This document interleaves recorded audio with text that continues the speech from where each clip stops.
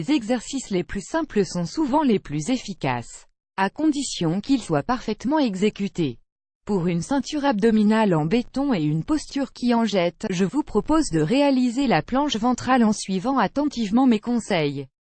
Position à adopter sur le sol, à quatre pattes. Regardez vers le sol et maintenez un léger fléchissement au niveau des coudes. Décollez les genoux du sol puis reculez les pieds jusqu'à ce que les jambes soient tendues.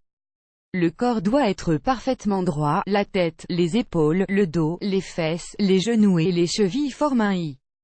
L'exercice consiste à maintenir cette position. Recommandation: il est fondamental de ne pas cambrer le dos. Pour cela, pensez à serrer vos abdominaux. Durant le maintien de la position, imaginez que vous êtes une statue indéformable.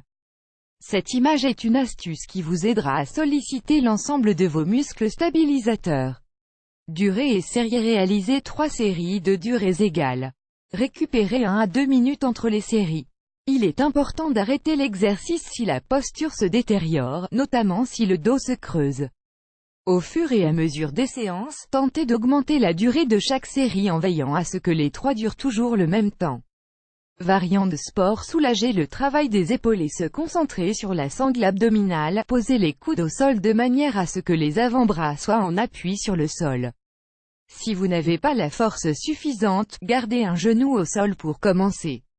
Si vous n'arrivez pas à maintenir le dos droit, avancez légèrement les pieds de manière à avoir les fesses au-dessus de la ligne épaule-genou.